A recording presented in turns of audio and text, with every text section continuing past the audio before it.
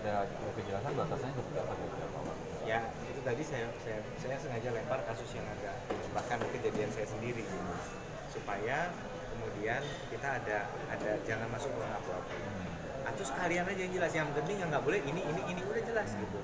Dan lucunya di saat yang sama kan kita mendengar juga di bawah tanah yang kebetulan nggak ketahuan ya terjadi juga gitu. Nah satu hal yang saya belum sempat ngomong tapi saya mau ngomong tadi juga, mungkin kami juga perlu nih sebagai kepala daerah atau wakil daerah mungkin akan berkontestasi lagi di institusi yang sama.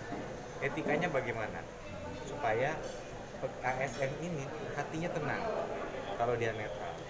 Nanti dia takut gitu netral, kepala daerahnya balik lagi terpilih, kita catat, ini yang kemarin netral nih. Nah yang kayak gitu kan kasihan. Menurut saya yang itu juga kita harus pikirin. Ya, padahal kita nggak ada gitu, tapi kan orang kan natural ya. Apalagi kalau dianggap, wah nih kepala daerah ini kayaknya bakal beda lagi nih. Saya mesti melakukan sesuatu. Kalau nggak nanti gimana? Saya kena rolling nanti gitu. Nah ini yang saya rasa perlu kita sikapi bersama.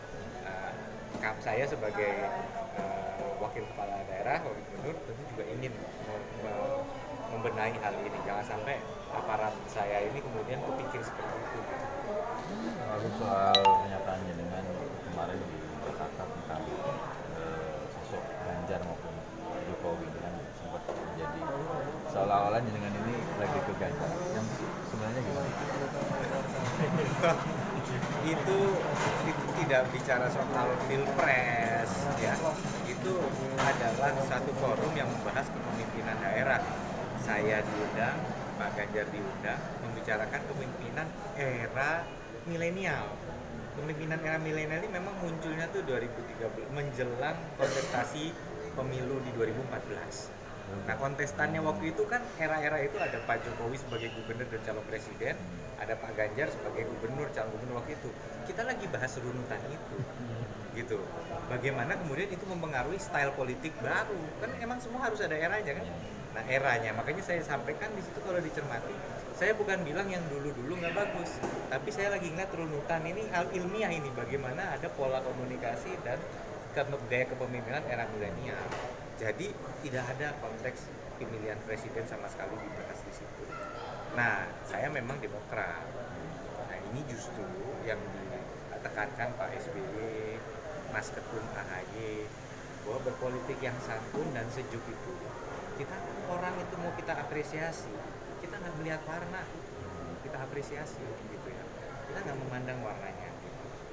Nah, saya tambahkan juga ini salah satu miskonsepsi yang terjadi. Pidato ketum mengkritik dipotong sebagian, padahal ada isi yang lain yang sebenarnya itu mengapresiasi pemerintahan yang ada sekarang. Maksud kita kemudian dia akan bisanya cuma ngejelekin loh, yang apresiasi ketum mengapresiasi pemerintahan sekarang nggak disampaikan, gitu. Padahal ketum sendiri bilang kita bukan oposisi ya brutal, gitu. Nah ini saya linear di situ. Terkait pilpres posisi saya jelas. Bahwa memang ini keputusan ada di DPP. Tapi sejauh hari ini kita melihat bagaimana Partai Demokrat berproses, kami melihat kepemimpinan Mas AHY dan perjalanan panjang yang beliau lalui, panjang loh. Dari mulai beliau kemudian 2012 berkontestasi ya, itu jangan cuma dilihat hasilnya waktu itu, gitu. Kemudian seakan-akan 2012 nggak berhasil, bukan itu. Tapi bagaimana? Saya ulangi 2017 maksudnya 2017. Sampai hari ini 2022, ini sudah 5 tahun lebih. Ini kami lihat transformasi dan kematangan yang luar biasa yang membuat kader-kader Demokrat di Jawa Timur semua ini meyakini mengunggulkan AHY sebagai calon presiden, kalau tidak calon wakil presiden. Jadi itu kemarin bukan.